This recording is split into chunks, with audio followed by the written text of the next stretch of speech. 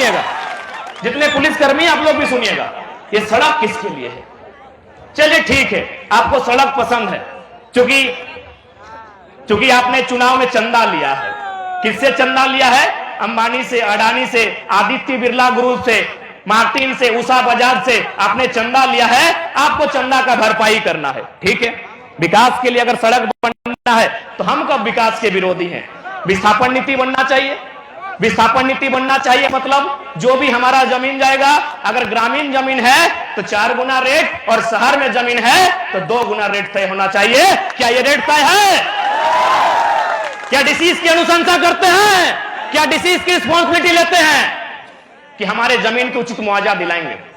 यदि आप औने पौने दाम में देंगे, दादी सब तो नहीं सुनिया खेतवा में धान रोपा है, किस प्रकार से खेत छीने लगल हो।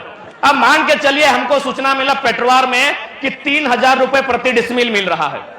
सुनिएगा, जितने भी पुलिसकर्मी हैं, आप लोग भी खेती बाड़ी करने वाले हैं,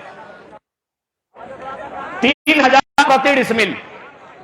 1 एकड़ में 100 डिसमिल होता है। 3000 को गुना करते हैं 100 से, 3 लाख। 3 लाख मान के चलिए एक आदमी के पास एवरेज 5 एकड़ जमीन होता है। 5 एकड़ एवरेज, गांव में 5 एकड़ एवरेज जमीन होता है। यानी अगर फिर 3 लाख को 5 से गुना करेंगे, नाते सुनिएगा सर, रिक्वेस्ट है, क्योंकि एक दिन इसी मिट्टी में सबको दफन हो जाना है। उस समय ना कपड़ा रहेगा, ना ये वर्दी में सितारे रहेंगे, कुछ नहीं रहेंगे सर, ना माथे में टोपी रहेगा, ना छाती में वो शेर का सिंबल रहेगा। तो आप भी सुनिएगा, 15 लाख यानी आपके बाप दादा 4000 साल से, यानी 4000 साल से जो खेत आपके पास था, हड़प्पा काल को ही मानते हैं, उससे पहले नहीं जानते हैं, नहीं जाते हैं। हम हड़प्पा काल को ही मानते हैं। हड़प्पा काल को भी अगर गिना जाए तो 4 साढ़े 4000 साल से खेत मेरा है। कितना पैसा मिला? 15 लाख। कितना जमीन गया? 5 एकड़। चलिए अब उस 15 लाख को हम ले लेते हैं। 15 लाख आपको मिल गया गवर्नमेंट की ओर से, हमारी सारी संपत्ति चली गई। इस परियोजना में हमारी सारी संपत्ति चली गई। अब हम चले गए चतरा टाउन या हजारीबाग टाउन 15 लाख लेके। कितना जमीन लीजिएगा? वहां आपका लगभग 3 लाख 1 डिसमिल। यदि अच्छा एक बात बताइए, 1 डिसमिल में हमको नहीं लगता है आपका बाथरूम होगा। 1 डिसमिल में हमको नहीं लगता है आपका ढंग का बाथरूम होगा। अब ईमानदारी से बताइए, यदि कोई गांव का आदमी जिसको 15 लाख मिला है इस परियोजना से, वो सारा पैसा लेके हजारीबाग गया कि चलो बच्चों को वहां पढ़ाएंगे, ना बच्चों को पढ़ा पाएगा, और लास्ट में एक दिन क्या होगा? हम बोलते हैं गुलगुलिया। आप लोग भी सुने होंगे, बंजारा सुने हैं, गुलगुलिया बंजारा आप लोग सुने हैं। हालांकि हम चाहते हैं, हालांकि हम चाहते हैं कि दुनिया में कोई गुलगुलिया और बंजारा ना बने। गुलगुलिया भी समझते हैं आप, बंजारा भी समझते हैं। अगर नहीं समझते हैं आप तो रेलवे स्टेशन में चले जाइए, वहां आपको बहुत सारे लोग मिलेंगे जो भीख मांगते हैं। उनका घर नहीं है, उनका परिवार नहीं है, ना उनके छत पे, सॉरी उनके सर पे कोई छत है, वो मांगते हैं। तो ये जो 15 लाख आपकी सारी संपत्ति लेने के बाद जो सरकार देगी, ये कितना दिन तक चलेगा? इसलिए सबसे पहली बात, ये बहुत महत्वपूर्ण बात है, क्योंकि भारत के संविधान में 7 मौलिक अधिकार थे, आपको जानकारी होना चाहिए। ये चूंकि सब पढ़े लिखे लोग आए हैं, सब संविधान की बात करते हैं। भारत के मौलिक अधिकार जो हमारा है, जो हम लोग अमेरिका से लिए हैं, उसमें 7 को मौलिक अधिकार था। आर्टिकल जो 31 है उसे निरस्त कर दिया गया। वहां संपत्ति का अधिकार था। संपत्ति का अधिकार मतलब भारत माला रहे चाहे हिंदुस्तान माला रहे, जमीन मेरा बाप का है, पसंद आएगा तो देंगे, नहीं तो नहीं देंगे। यानी भारतीय संविधान आर्टिकल 31 क्या कहता है? संपत्ति का अधिकार। इसका मतलब क्या था? हालांकि इसमें कुछ दुष्परिणाम भी थे, कुछ परिणाम भी थे, लेकिन किसानों के दृष्टिकोण से संपत्ति का अधिकार, मौलिक अधिकार होना बहुत वाजिब था। लेकिन चूंकि कॉर्पोरेट, बार बार कहते हैं कि कॉर्पोरेट लोग सांसद बनाते हैं, चंदा देते हैं करोड़ों का, अरबों का, तो हमारी कैसे सुनेंगे?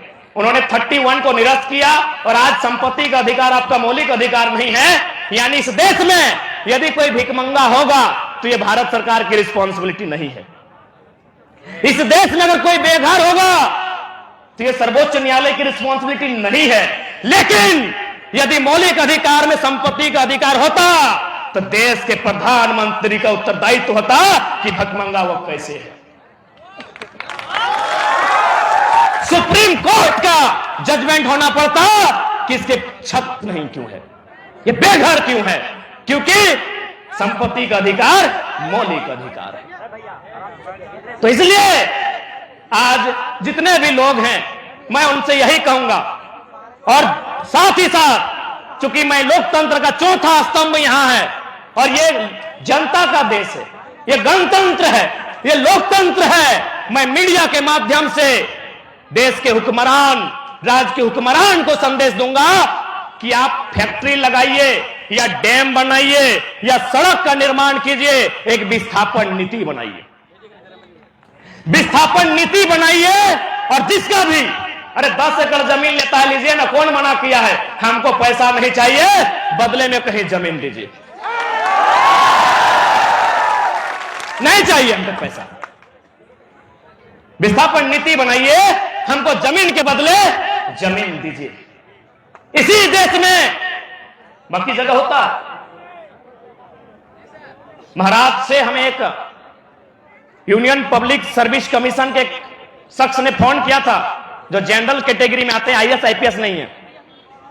उन्होंने कहा कि हमारे महाराष्ट्र के नागपुर में कोयला का खदान है, यहां यदि जमीन में कोयला मिलता है तो जिसका जमीन लेना होता है उसे 10 किलोमीटर के दायरे में दूसरा जगह जमीन दिया जाता है। तो झारखंड में क्यों नहीं?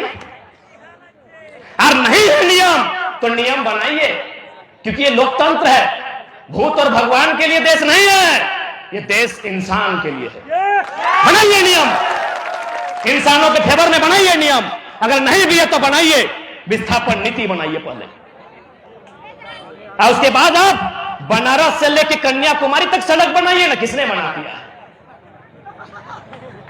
बनारस से लेकर कलकत्ता नहीं, बनारस से लेकर कन्याकुमारी तक बनाइए, लेकिन विस्थापन नीति बनाइए, हमको विस्थापित कीजिए, हमको एक अनुपात में जमीन दीजिए। लेकिन आज दुर्भाग्य की बात है कि झारखंड में तानाशाही, एकदम डिक्टेटरशिप है। अंग्रेज भी अपने कालखंड में इतना अत्याचार नहीं किए होंगे, अंग्रेज भी अपने कालखंड में इतना अत्याचार नहीं किए होंगे जितना आज की गवर्नमेंट करती है, आईएएस आईपीएस की मौजूदगी में करती है, इतना अंग्रेजों ने भी अत्याचार नहीं किया है। ये जमीनें हमारी मां समान है। एक बात हमेशा याद रखिएगा, ये जमीन है तो सब कुछ है, जमीन नहीं है तो कुछ भी नहीं है। इसलिए चाहे रेल परियोजना में 12 गांव विस्थापित हो, ये भारतमाला परियोजना में 67 गांव विस्थापित, वो लड़ाई राजाओं ने नहीं लड़ी है, इतिहास में हमेशा गलत बताया गया है। अंग्रेजों से अगर असली लड़ाई किसी ने लड़ी है तो भारत के किसान ने लड़ी है, भारत के किसान ने लड़ी है। क्या आपको ये कहीं सुनी बातें लगती हैं? जी नहीं। आपने शायद 12th क्लास में एक चैप्टर होगा जिसमें राजकुमार शुक्ला और गांधी का जिक्र है। इंडिगो, इंडिगो ना पढ़े होंगे आप लोग। एसडीएम साहब आप तो बहुत अच्छा से पढ़े होंगे, जिसमें राजकुमार शुक्ला और महात्मा गांधी का सवाल है, टर्निंग पॉइंट। एक सवाल बनता है कि गांधी के जीवन का टर्निंग पॉइंट क्या था? आंसर क्या लिखते हैं? चंपारण का किसान आंदोलन गांधी के जीवन का टर्निंग पॉइंट था। यानी गांधी को स्टैच्यू ऑफ यूनिटी 182 मीटर, उनके नाम के आगे एक शब्द लगता है सरदार, सरदार वल्लभ भाई पटेल। क्या अंग्रेजों ने उपाधि दिया था? क्या किसी राजा ने, जिस प्रकार सोना चांदी लोगों को देते हैं, राजा ने उपाधि दिया था?